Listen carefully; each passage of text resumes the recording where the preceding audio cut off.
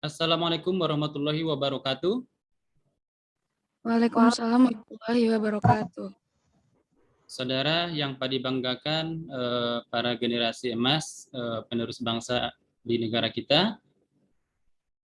Selamat pagi menjelang siang. Terima kasih saudara sudah masuk dalam kegiatan perkuliahan kita pada mata kuliah pengembangan pribadi konselor. Nah, oke, saudara semuanya, dalam mata kuliah ini kita akan menjelaskan terkait dengan mata kuliah pengembangan pribadi konselor ini.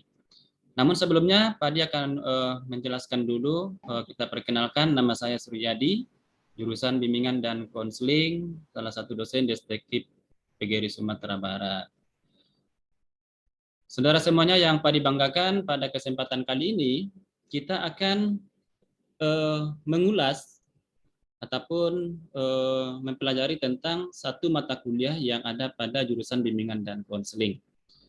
Nama mata kuliahnya adalah pengembangan pribadi konselor. Nah, saudara semuanya yang Padi banggakan, tentu saja dengan adanya mata kuliah ini, barangkali kalau kita analisis terkait dengan mata kuliah pengembangan pribadi konselor ini adalah dia terkhusus dan terfokus kepada pengembangan ya atau hal-hal yang dikembangkan tentang pribadi-pribadi konselor. Nah, sehingga konselor itu memang betul-betul menjadi contoh ya, contoh yang bisa kita tiru dan kita tauladani. Nah, artinya apa saudara? Saudara semuanya yang akan menjadi calon-calon konselor, yang akan menjadi calon-calon guru bimbingan dan konseling, tentu kita harus mempunyai kepribadian, dan kepribadian itu kepribadian yang baik, dan itu juga harus dikembangkan oleh seorang konselor. Oke, saudara paham ya tentang itu, pengembangan pribadi konselor? Paham, Pak. Oke. Baik, saudara, kita lanjutkan. Lihat di PowerPoint tadi, bahwa ini adalah di RPS kita kontrak dalam perkuliahan ini, ya, dalam mata kuliah pengembangan pribadi konselor itu 3 SKS. Jadi memang saudara harus mengikuti kegiatan perkuliahan secara baik, karena ini memang merupakan satu mata kuliah yang wajib saudara ambil. Ya, nah, pada mata kuliah ini juga tentu karena dia 3 SKS ini luar biasa lama ini perkuliahannya.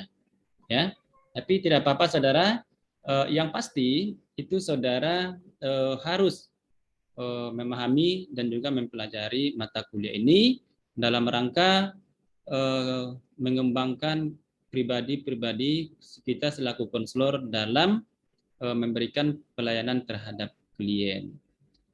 Baik, saudara yang Padi banggakan, kita lanjutkan. Nah, ini adalah deskripsi singkat mata kuliah ya, atau sinopsis mata kuliah pengembangan pribadi konselor. Nah, mata kuliah ini ya, ataupun mata kuliah pengembangan pribadi konselor ini lebih rincinya itu menjelaskan tentang konsep-konsep dasar. Jadi memang kita akan menjelaskan dan mempelajari dan memaknai konsep dasar ya pengembangan kepribadian konselor. Artinya kita mengetahui konsep dasar apa saja kepribadian yang harus kita kembangkan.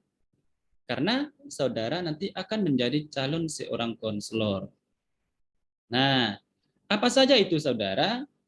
Tentu ada beberapa hal yang kita lakukan. Misalnya, saudara menjadi seorang konselor itu tentu dasarnya mempunyai pengetahuan.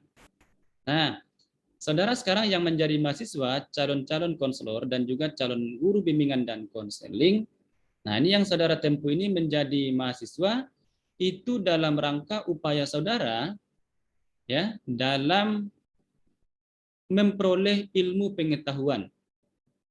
Sehingga setelah nanti saudara wisuda, kemudian barangkali nanti mengambil profesi bimbingan dan konseling, dikatakan dengan konselor, maka saudara dinyatakan orang ataupun guru BK atau konselor yang mempunyai pengetahuan. Nah, selanjutnya apa lagi? Selanjutnya adalah sikap dan keterampilan konselor. Jadi konselor itu harus mempunyai sikap yang positif. Sikap dan perilaku yang bisa ditiru oleh orang lain. Nah, kalau kita sudah mempunyai sikap dan keterampilan yang baik, saudara, itu pasti ya konselor itu memiliki keutuhan pribadi, ya. Jadi dia memang betul-betul mempunyai kepribadian yang baik serta menjaga kode etik dan juga profesionalitas atas dirinya sebagai seorang konselor ataupun seorang guru bimbingan dan konseling. Nah, barangkali saudara itu terkait dengan deskripsi mata kuliah pengembangan pribadi konselor. Saudara paham tentang deskripsinya? Paham, Pak. Oke, Paham, baik. Pak. Oke, saudara, kalau sudah paham kita lanjutkan. Nah, capaian mata kuliah kita ini adalah ya mampu memahami secara awal ya perkembangan kepribadian manusia. Kemudian mampu memahami aliran yang terdapat dalam perkembangan kepribadian manusia. Jadi ada nanti aliran-aliran misalnya Sigmund Freud, ada Erik Erikson, Adler ya dan sebagainya itu kita pelajari pada mata kuliah ini. Sehingga kita mampu nanti melihat dan menganalisa kepribadian seseorang berdasarkan aliran-aliran para tokoh psikologi. Nah, yang ketiga, mampu menjadi guru BK yang memahami kepribadian manusia. Jadi kita memang harus paham dengan kepribadian manusia. Kemudian mampu memahami berbagai keunikan manusia dan keunikan itu nanti akan kita berikan layanan yang tepat kepada orang itu. Nah, kemudian saudara, untuk bentuk penilaian mata kuliah kita ini, itu dinilai dari sikap dan tata nilai. Kemudian keterampilan umum, Anda nanti akan diberikan tugas kelompok. Artinya, kita kerjakan secara kelompok. Dan saudara nanti akan diberikan tugas individu.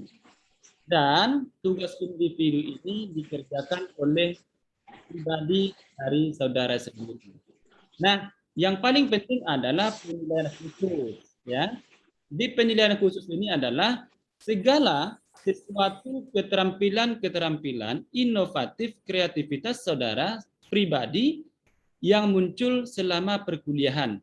Misalnya dari segi keaktifan, barangkali Anda dalam kegiatan diskusi kita sering bertanya, sering menjawab. Nah, dengan arti kata lain, saudara melihatkan kelebihan-kelebihan yang saudara miliki. Nah, itu barangkali. Oke, saudara, kita masih berlanjut pada mata kuliah ini dan kita akan mengulas ya terkait dengan perilaku empati. Oke.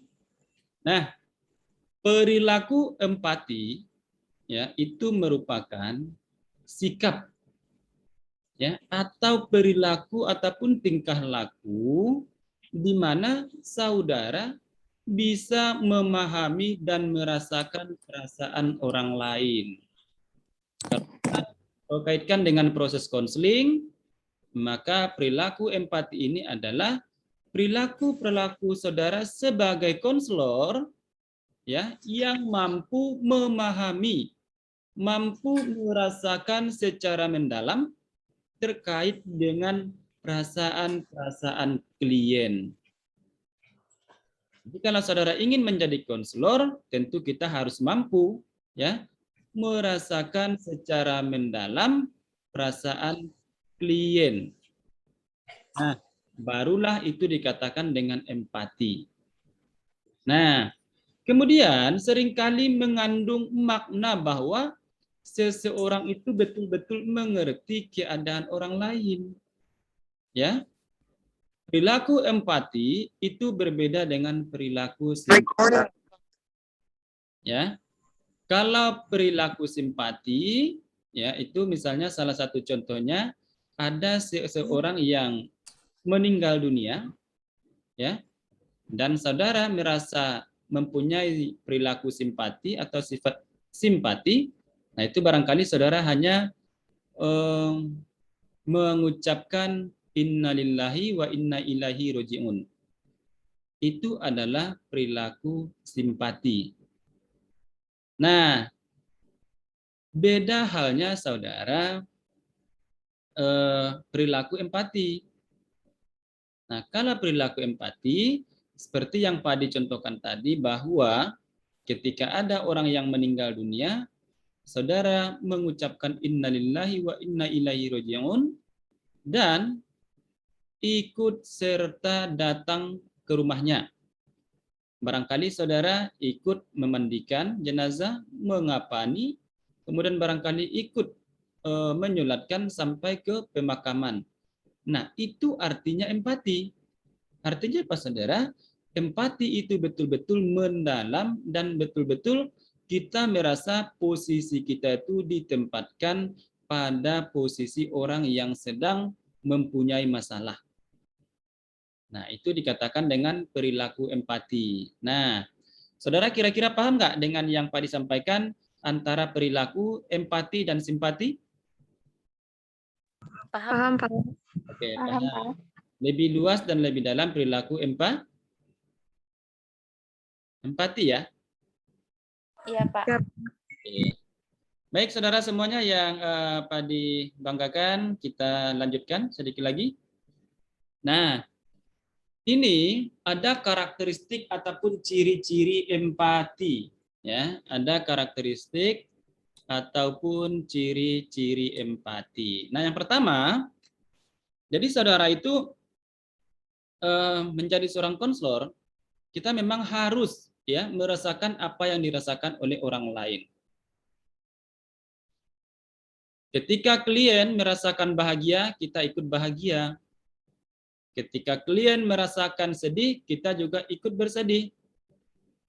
Jangan ketika klien susah, kita bahagia. Atau ketika klien bahagia, kita merasa susah. Nah, ini hal-hal yang sebenarnya urgen dan hal-hal yang harus dihindari oleh konselor. Ya. Jadi ini ketika saudara menjadi konselor, menjadi seorang guru BK, ini harus kita rasakan dan mampu merasakan secara mendalam perasaan yang dirasakan oleh orang lain. Yang kedua, dibangun berdasarkan kesadaran diri. Ada kemauan dalam diri. Kemudian, kemauan ini tentu peka terhadap perasaan orang lain. Nah, perilaku empati ini, saudara, yang harus kita miliki, yang harus saudara punyai, karena saudara menjadi seorang konselor atau guru bimbingan dan konseling. Dan empati ini jangan berdasarkan keterpaksaan. Jangan berdasarkan unsur adanya diperintah ataupun disuruh orang lain. Tetapi ini betul-betul mutlak dari kesadaran sendiri. Ya, ketika orang merasa ada musibah, kita merasakan bahwa dia sedang ada musibah. Jadi hal-hal itu yang memang perlu kita tanamkan pada diri kita selaku seorang konselor ataupun guru bimbingan dan konseling. Yang ketiga adalah peka terhadap bahasa verbal dan juga nonverbal. Nah, jadi ada bahasa itu, saudara, ada dua. Untuk bahasa itu yang pertama ada verbal dan juga ada nonverbal. Kalau verbal biasanya itu yang diungkapkan oleh individu, ya, yang disampaikan oleh klien ataupun disampaikan oleh orang lain. Nah, itu terucap dari mulutnya. Sehingga kita memahami, oh ternyata dia sedang bahagia, atau barangkali dia sedang bersedih, atau barangkali dia sedang punya masalah gitu. Tapi kalau nonverbal, ini juga harus dimiliki kemampuan-kemampuan yang dimiliki oleh konselor dari bahasa nonverbal klien atau bahasa nonverbal orang lain. Apa artinya? Itu bisa dibaca dari gestur ataupun gerakan tubuhnya. Ya, itu ya. Nah, sehingga betul-betul memang ini menjadi bagian dari perilaku konselor. Oke. Saudara boleh dihidupkan kameranya ya. Hidupkan kameranya. Kemudian yang keempat, mengambil peran. Artinya, seseorang mampu mengambil tindakan atas permasalahan yang sedang dihadapinya. Nah, konselor itu saudara, kita punya peran mampu mengambil keputusan pada saat-saat tertentu. Tentunya mengambil keputusan punya pertimbangan yang matang, punya pertimbangan yang baik agar kita memang menjadi orang-orang yang mengambil keputusan itu tidak terburu-buru. Nah, sehingga memang saudara nanti akan diberikan kesempatan ataupun barangkali situasi-situasi di mana saudara bisa mengambil keputusan secara baik.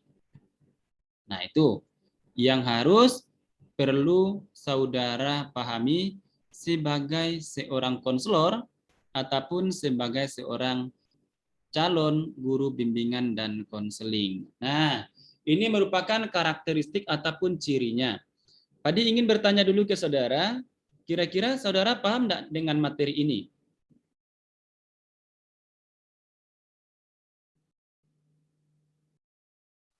Iya, Pak. Paham, Pak. Oke, baik. Paham, Pak. Coba Mutiara Paham. Salsabila. Iya, Pak. Ya. Bagaimana sih cara saudara untuk menjadi konselor yang mempunyai rasa empati?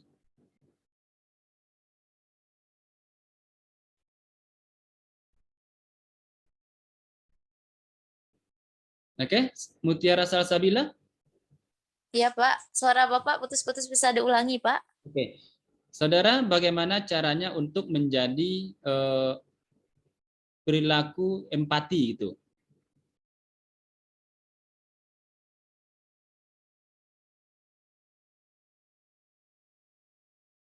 Barangkali jaringan kita beralih kepada Rizky Fadila.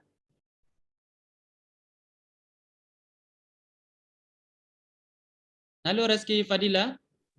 Ya, Pak. Ya, hidupkan mikrofonnya.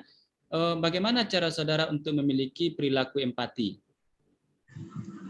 Oh, dari saya sendiri cara memiliki rasa empati yaitu dengan cara berpartisipasi dalam suatu kegiatan masyarakat, Pak.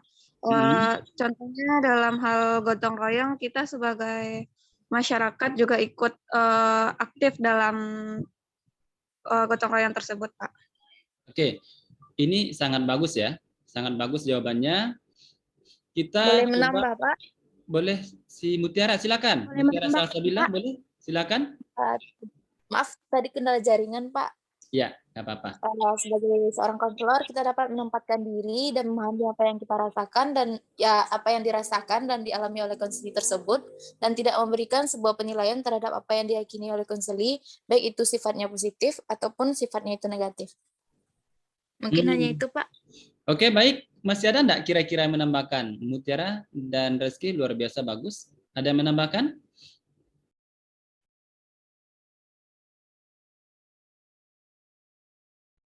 Ya, sepertinya tidak ada. Ada ya? Ya, baik. Sepertinya saudara belum ada yang ingin menambahkan. Kita anggap ini dulu berjalan diskusi kita. Oke, kita berlanjut kepada ya, silakan. Diana ya? Diana Melinda.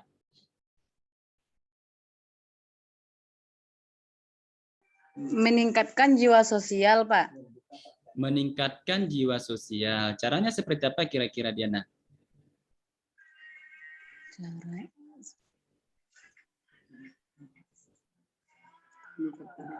Seperti bergotong royong gitu, Pak, bersama-sama gitu, Pak. Oke, misalnya dengan melaksanakan kegiatan gotong royong, artinya dengan kebersamaan dengan orang banyak gitu ya, Diana Melinda maksudnya. Iya, Pak. Oke, baik Diana Melinda, terima kasih. Kita akan lanjut. Nah, ini ada manfaat empati. Nah, Manfaat empati ini, saudara, yang pertama menghilangkan sikap egois. Nah, kadang-kadang saudara, pribadi-pribadi seseorang itu lebih mengutamakan sikap-sikap egois. Sehingga dia tidak bisa merasakan perasaan orang lain, merasa lebih hebat, merasa lebih benar, dan tidak memberikan penghargaan terhadap orang lain. Nah, ini rasa ataupun sikap egois ini seharusnya tidak ada pada diri seorang konselor atau guru bimbingan dan konseling. Ya, kemudian mengembangkan kemampuan evaluasi dan kontrol diri. Jadi dari kegiatan kita sehari-hari, sikap dan perilaku kita, itu manfaat dari empati ini tentu memang kita mampu mengevaluasi diri dan mampu mengontrol diri. Jangan mau seenaknya. Enak sama kita belum tentu enak sama orang. Kita sudah merasa baik, bagi orang belum baik. Makanya sebelum berbuat, itu kita pikir-pikir dulu, karena itu merupakan sebuah dari perilaku empati. Berikutnya adalah merasakan apa yang dirasakan individu. Nah, ini barangkali tadi sudah kita jelaskan. Dan memang selaku seorang konselor atau guru bimbingan dan konseling, memang kita wajib dan mampu merasakan perasaan-perasaan yang dirasakan oleh klien ataupun orang lain. Nah, berikutnya kita menghargai pendapat orang lain. Jadi kalau ada pendapat orang lain yang diutarakannya, kita terima dan tetap kita hargai. Ya. Nah, kemudian PK terhadap orang lain. Kita memang betul-betul memahami perasaan orang lain. Nah, kemudian analisis hambatan perilaku empati. Ya. Jadi kita memang perilaku empati ini ada hal-hal yang perlu kita cermati. Ada hal-hal yang perlu kita analisis dalam penerapan perilaku-perilaku empati. Nah, apa hambatannya? Yang pertama adalah adanya kebiasaan buruk dalam proses mendengarkan. Jadi saudara, kalau kita dalam proses mendengarkan, jangan dipotong pembicaraan orang. Berikan dia kesempatan seluas-luasnya untuk menyampaikan argumennya. Ya, disampaikan argumennya, kemudian itu dianalisis dulu. Dipahami dulu, jangan asal komentar. Ya, sehingga ini kita dengarkan sampai akhir pembicaraan dari seseorang, individu ataupun klien, barulah kita bisa merasakan ataupun mengambil kesimpulan apa yang disampaikan oleh klien. Kemudian kecewa dan marah. Jadi konselor ini jangan terlalu sering-sering kecewa. Jangan mudah kecewa. Salah sedikit saya kecewa dengan dia. Salah-salah sedikit saja saya kesal dengan dia. Masalah di kos saja barangkali sedikit saya marah kepada dia. Itu jangan. Jadilah konselor yang pemaaf, jadilah konselor yang jujur, jadilah konselor yang penyabar, supaya kita betul-betul menjadi konselor yang ditauladani dan ditiru oleh orang lain, khususnya klien kita di dalam proses konseling. Nah, kemudian terakhir adalah prasangka dan terlalu empati. Jadi, saudara semuanya, kalau memang saudara ingin jadi konselor, saudara harus menghilangkan prasangka-prasangka buruk terhadap klien. Ya, kemudian terlalu berempati juga tidak bagus. Misalnya dalam proses konseling, ya. Dalam proses konseling, klien menangis. Kita tidak ikut menangis, jangan terbawa arus ketika klien menangis, tetapi kita cukup merasakan, mendalami perasaan-perasaan klien. Tentu kita dalam konseling ini memberikan solusi dari permasalahan yang dialami oleh klien itu sendiri. Baik, saudara, sampai di sini kira-kira paham enggak materi yang Pak Adi sampaikan? Paham, Pak. Paham, Pak. Oke, syukurlah. Paham, Pak. Kalau sudah paham, saudara. Pak, Adi Icut izin berdua sama Helma ya, Pak. Soalnya paket Icut nggak ada, Oke, Pak. oke, Cut, tidak apa-apa. Baik, saudara semuanya yang Maaf ya, Pak. ya, yang Pak dibanggakan dan Pak dicintai, memang dalam perkuliahan ini, inilah materi kita, salah satunya adalah perilaku empati. Ya. Dan barangkali materi hari ini kita cukupkan sampai di sini, saudara. Mudah-mudahan saudara bisa memahami terkait dengan materi kita itu perilaku empati, dan termasuk bagian dari mata kuliah pengembangan pribadi konselor. Nah, mudah-mudahan saudara bisa cermati dan bisa kita terapkan dalam kehidupan sehari-hari. Saudara bisa menjadi konselor yang baik, yang bisa ditiru dan ditauladani oleh orang lain, khususnya klien saudara sendiri. Barangkali itu saudara perkuliahan kita pada hari ini pada mata kuliah pengembangan pribadi konselor. Terima kasih saudara sudah hadir dalam kegiatan diskusi kita. Mohon maaf atas segala kekurangan. Insya Allah kita akan ketemu lagi minggu depan. Wabillahi taufiq wa hidayah. Wassalamualaikum warahmatullahi wabarakatuh. Dan sampai jumpa kembali. Waalaikumsalam. Waalaikumsalam warahmatullahi wabarakatuh.